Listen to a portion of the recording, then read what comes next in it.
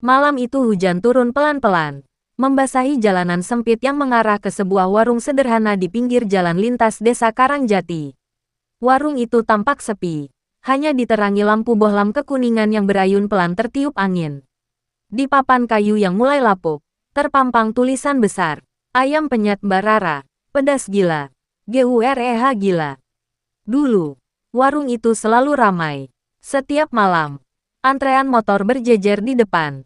Para sopir truk, anak muda, bahkan warga desa sebelah rela datang hanya untuk menikmati sambal penyetnya yang katanya beda dari yang lain.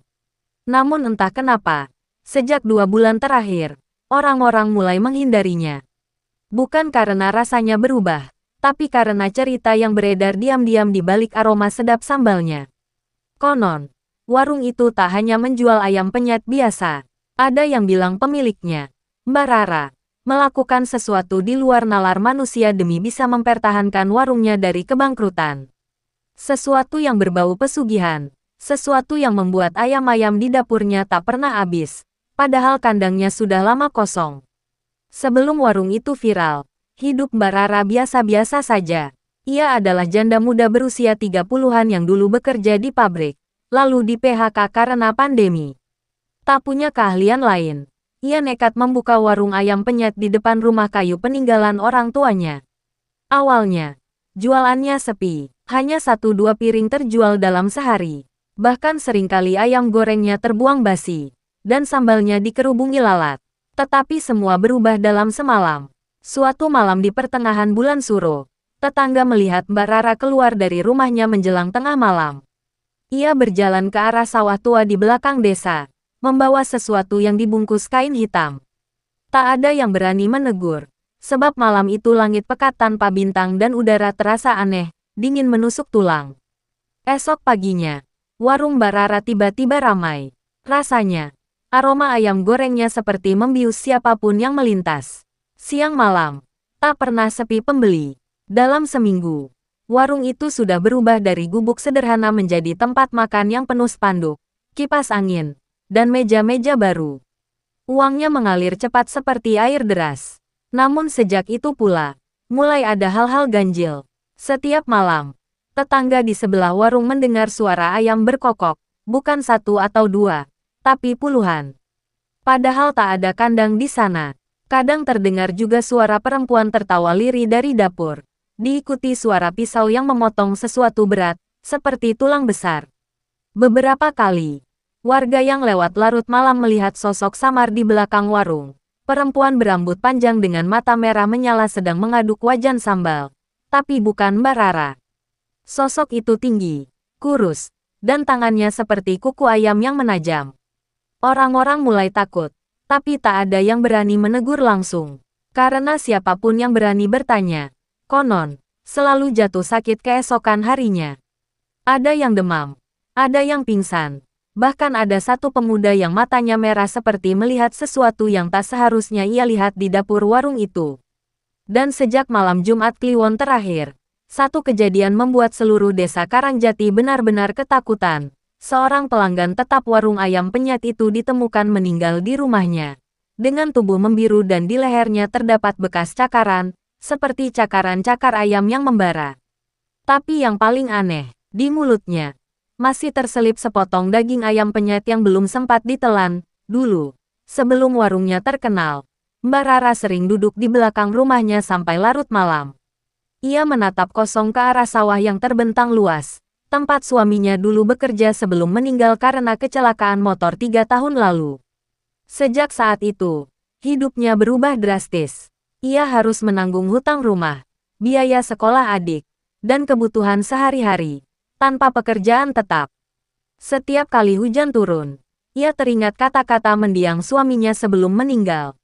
Kalau rezeki tertutup, kadang harus minta sama yang lebih tinggi. Tapi hati-hati. Kadang yang datang bukan dari atas, tapi dari bawah tanah.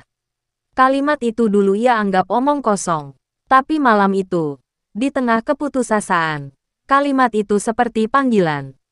Sekitar pukul 12 malam, dengan tubuh gemetar, Mbak Rara membawa bungkusan kain hitam berisi kepala ayam, kemenyan, dan sepotong kain mori. Ia menuju ke pohon randu tua di tengah sawah, tempat yang katanya menjadi gerbang makhluk gaib penunggu desa. Pohon itu besar dan bengkok, seolah menunduk ke tanah. Dan setiap kali angin berhembus, suaranya terdengar seperti bisikan manusia. Ia menaruh sesajen di akar pohon itu, menyalakan kemenyan, lalu berbisik lirik. Siapapun yang bisa bantu aku kasih apa aja. Aku cuma pengin warungku ramai, pengin punya uang, pengin hidup. Awalnya sunyi, tapi tiba-tiba tanah di bawah kakinya bergetar pelan. Dan dari balik kabut sawah, muncul sosok hitam tinggi besar. Tanpa wajah, hanya sepasang mata merah menyala. Suaranya berat, serak seperti daun kering terbakar. Kau mau rezeki besar, perempuan kecil? Iya, jawab Mbak Rara terbata. Kau sanggup memberi gantinya? Ganti? Apa? Nyawa? 1 tiap bulan. Tapi tak perlu manusia, cukup ayam. Ayam yang bukan ayam. Tubuh Mbak Rara bergetar, tapi dalam pikirannya hanya ada satu hal, uang, pelanggan, dan hidup yang berubah. Ia mengangguk. Sosok itu tertawa keras hingga tanah di bawahnya retak kecil, lalu hilang bersama angin dingin yang menamparkan wajahnya. Di tempat sesajen tadi, kini hanya tersisa darah segar yang menetes dari akar pohon. Keesokan harinya, warung Mbak Rara mendadak penuh pelanggan. Tak tahu dari mana datangnya, tapi semua orang bilang rasa ayam penyetnya tak pernah mereka cicipi sebelumnya. Dagingnya empuk, gurih, dan sambalnya punya aroma yang menggoda tapi aneh, seperti ada rasa logam tipis di lidah. Dalam sebulan, Mbak Rara bisa membeli motor, mengganti atap warung, bahkan mengirim uang ke keluarganya. Tapi di malam hari, saat warung sudah tutup dan ia membersihkan meja, selalu ada satu piring tersisa yang tidak bisa ia sentuh. Piring itu selalu terisi ayam utuh, dan esok paginya, hilang tanpa jejak. Suatu malam, Rara mencoba berjaga. Ia ingin tahu siapa yang memakan ayam itu. Tepat pukul 12, lampu dapurnya padam sendiri. Udara jadi lembab, dan dari arah belakang warung terdengar suara sayap mengepak pelan, lalu muncul bau amis menyengat seperti darah segar. Dari dalam dapur, perlahan muncul bayangan besar menyerupai ayam raksasa. Bulunya hitam berkilat, matanya merah menyala, dan suaranya bukan kokok, tapi tawa serak seperti manusia. Janji sudah ditepati. Bulan depan. Satu lagi, darah segar. Rara membeku, tak mampu menjerit. Tubuhnya kaku, dan matanya memandang ke arah makhluk itu yang kemudian menunduk dan menjilati darah yang menetes dari meja pemotongan ayam.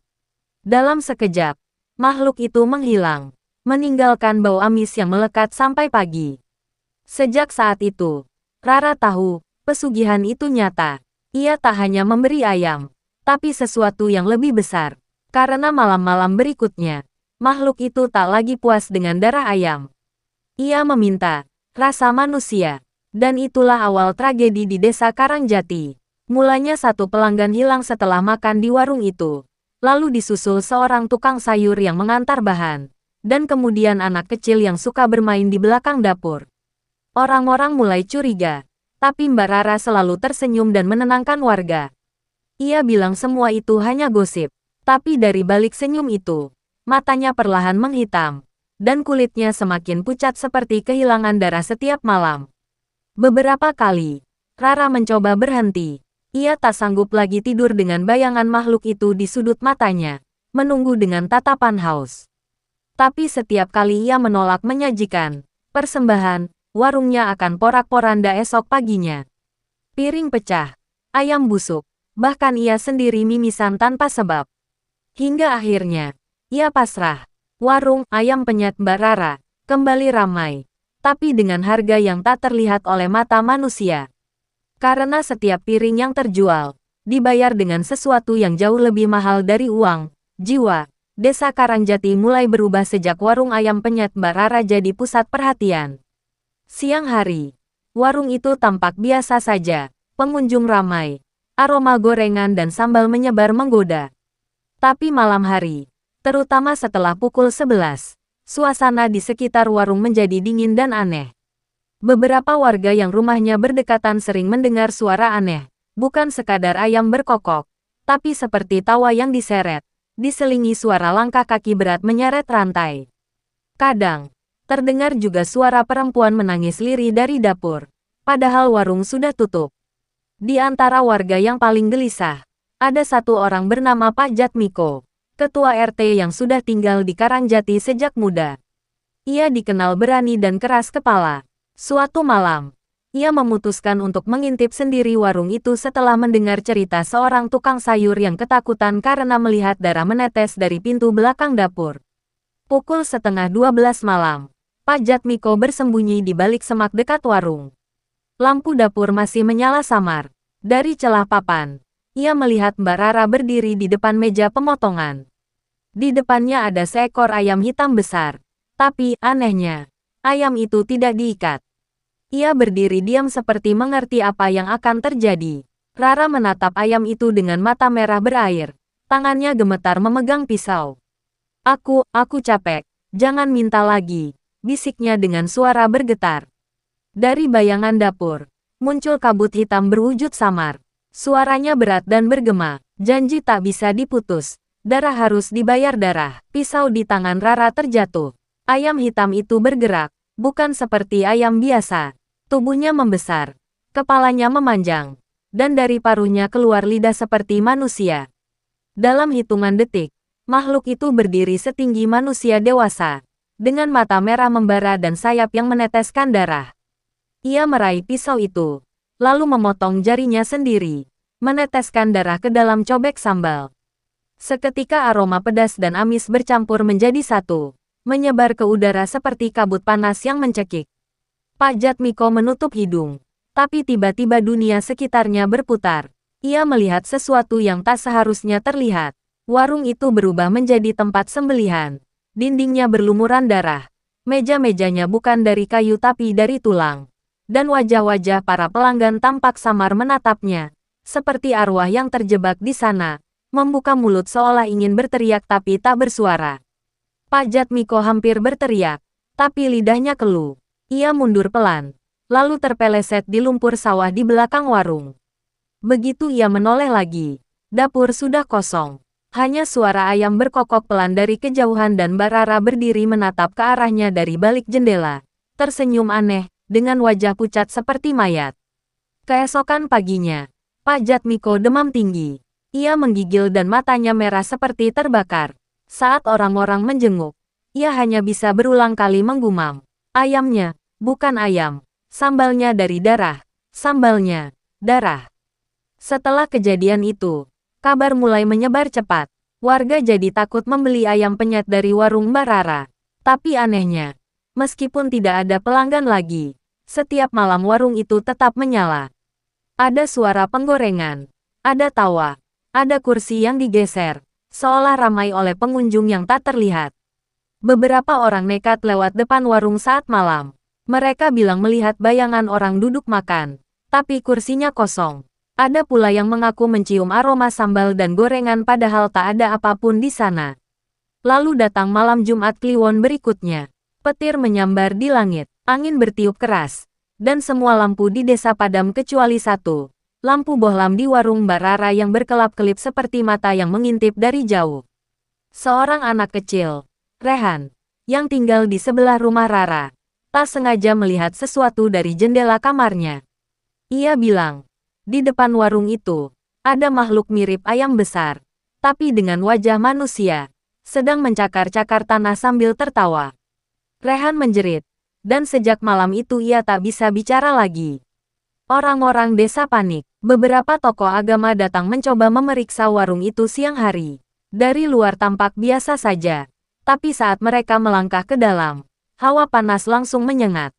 Salah satu di antara mereka, seorang ustaz muda, membuka pintu dapur, dan mendapati satu cobek besar berisi sambal merah yang belum kering, padahal warung sudah lama tak beroperasi.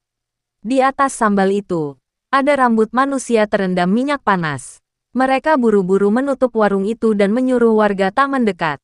Tapi malamnya, warga masih melihat bayangan Mbak Rara duduk di meja depan, tersenyum pada siapapun yang lewat, seolah mengundang untuk makan.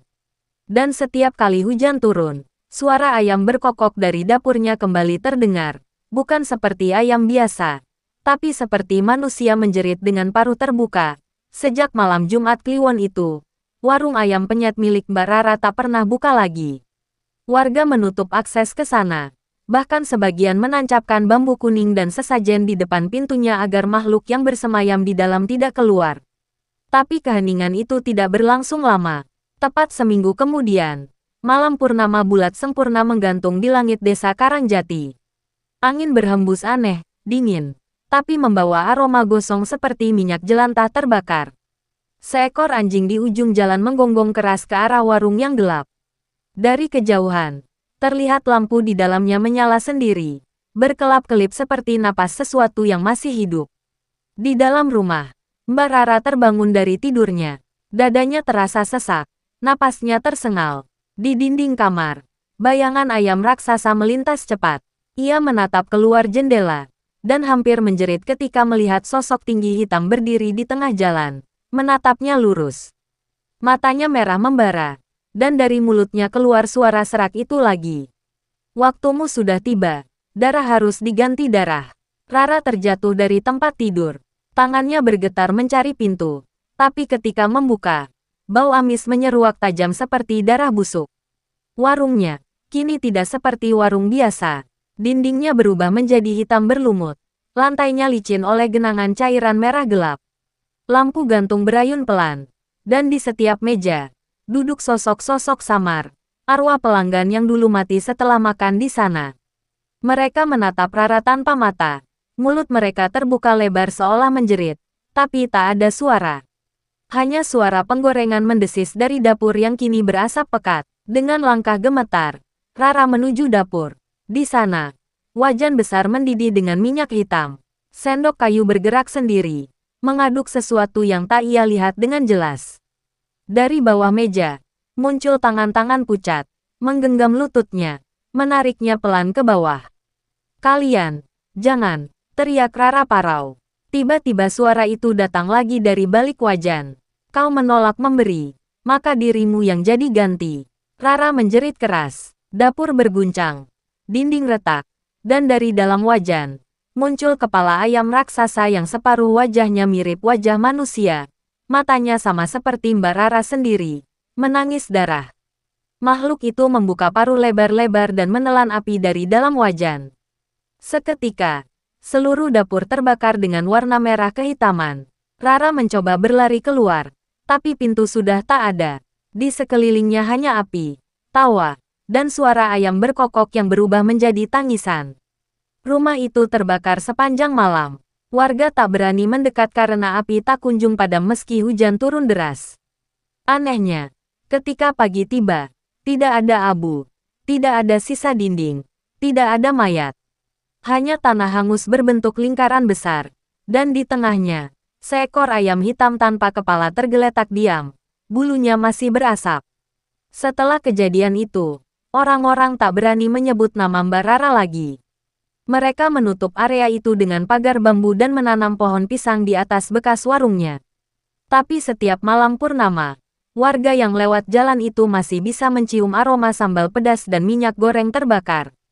Kadang-kadang, dari arah sawah, terdengar suara perempuan tertawa kecil, disusul suara ayam berkokok panjang yang suaranya seperti jeritan manusia.